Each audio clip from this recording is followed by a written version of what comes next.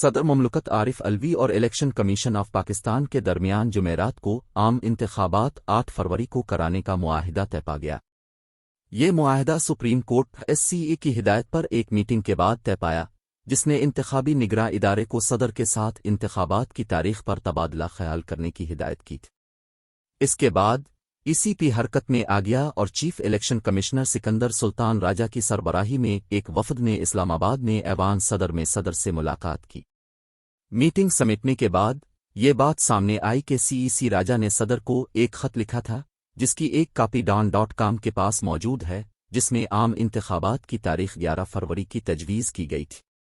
تاہم 1 گھنٹے سے زیادہ بعد ایوان صدر نے ایک بیان جاری کیا جس میں کہا گیا کہ صدر نے سپریم کورٹ کی جاری کردہ ہدایات پر CEC کمیشن کے 4 ارکان اور attorney general for Pakistan AGP منصور عثمان عوان سے ملاقات کی۔ اجلاس میں اگلے عام انتخابات کے انعقاد کی تاریخ پر تبادلہ خیال کیا گیا۔ بیان میں کہا گیا کہ صدر نے حلقہ بندیوں کے حوالے سے ECP کی جانب سے پیش رفت کو بھی سنا۔ بیان میں کہا گیا ہے کہ تفصیلی بات چیت کے بعد اجلاس میں متفقہ طور پر 8 فروری 2024 کو ملک میں عام انتخابات کرانے پر اتفاق کیا گیا۔ چند منٹ بعد ECP نے بھی ایک بیان جاری کیا جس میں اس بات کا اعادہ کیا گیا کہ اجلاس میں 8 فروری کو عام انتخابات کے انعقاد کا متفقہ طور پر فیصلہ کیا گیا ہے۔ قبل ازیں دن میں chief justice of Pakistan CJP قاضی فائز عیسیٰ نے ECP کو ہدایت کی تھی کہ الیکشن کمیشن کی جانب سے الیکشن 11 فروری کو ہونے کے بعد الوی سے ملاقات کی جائے۔ اعلیٰ جج نے تحریری حکم نامے میں کہا ECP کو آج صدر پاکستان سے ملاقات کرنے دیں اور پاکستان میں عام انتخابات کے انعقاد کی تاریخ مقرر کی جائے، جس کی ایک کاپی ڈان.com کے پاس موجود ہے۔ انہوں نے AGP عوان کو ہدایت کی کہ وہ ملاقات کا اہتمام کرے، الوی کو عدالتی حکم کے ساتھ فراہم کریں اور مدد کے لیے دستیاب رہیں۔ جسٹس عیسیٰ نے مزید کہا کہ ہم توقع کرتے ہیں کہ عام انتخابات کے لیے تاریخ مقرر کرنے کا معاملہ طے پا جائے گا اور اس عدالت کو کل 3 نومبر کو آگاہ کیا جائے گا۔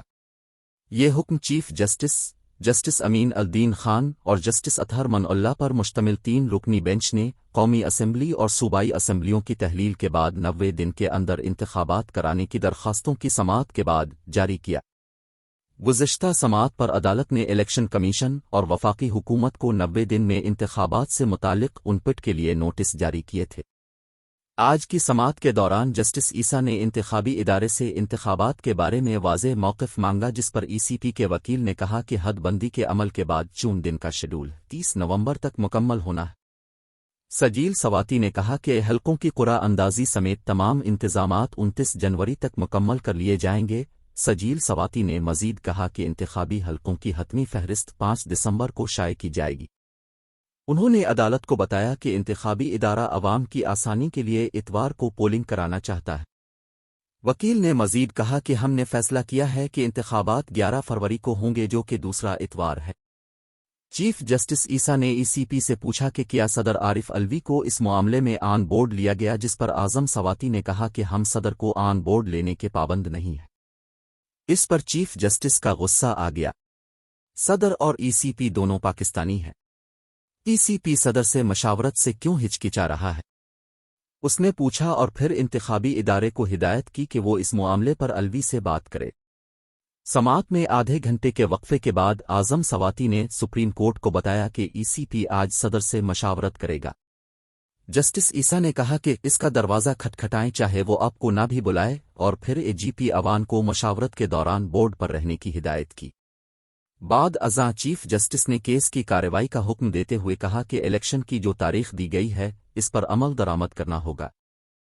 سپریم کورٹ چاہتی ہے کہ انتخابات بغیر کسی دلائل کے ہوں۔ اعلیٰ جج نے کہا عدالت صرف اس مسئلے کا حل چاہتی ہے اور کسی تکنیکی باتوں میں پھنسنا نہیں چاہتی۔ جسٹس عیسیٰ نے اعلان کیا کہ انتخابات کی حتمی تاریخ کا اعلان سپریم کورٹ سے کیا جائے گا۔ انہوں نے مزید کہا کہ اس کے بعد تاخیر سے متعلق درخواستوں پر غور نہیں کیا جائے گا۔ بعد ازاں سیکریٹری عمر حامد خان نے جیو نیوز کو تصدیق کی کہ صدر سے مشاورت جلد ہی ہوگی۔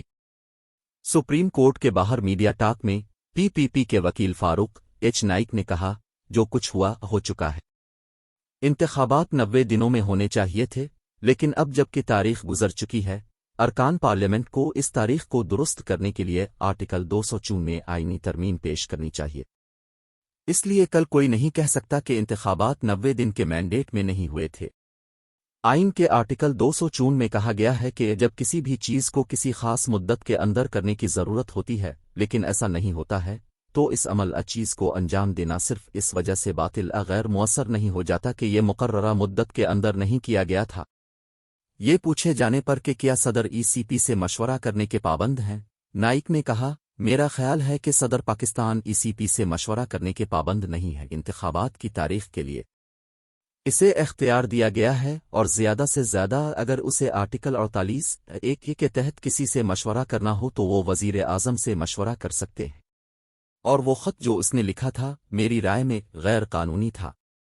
دریں اسنا اس پیش رفت کے بعد ڈان نیوز ٹی وی سے بات کرتے ہوئے ای سی پی کے سابق سیکریٹری کنور دلشاد نے کہا کہ ای سی پی 30 نومبر تک اپنی حد بندی مکمل کر لے گا اور دسمبر کے وسط تک شیڈول جاری کر سکتا ہے۔ انہوں نے کہا کہ یہ بہت اچھا آئینی اور قانونی فیصلہ ہے۔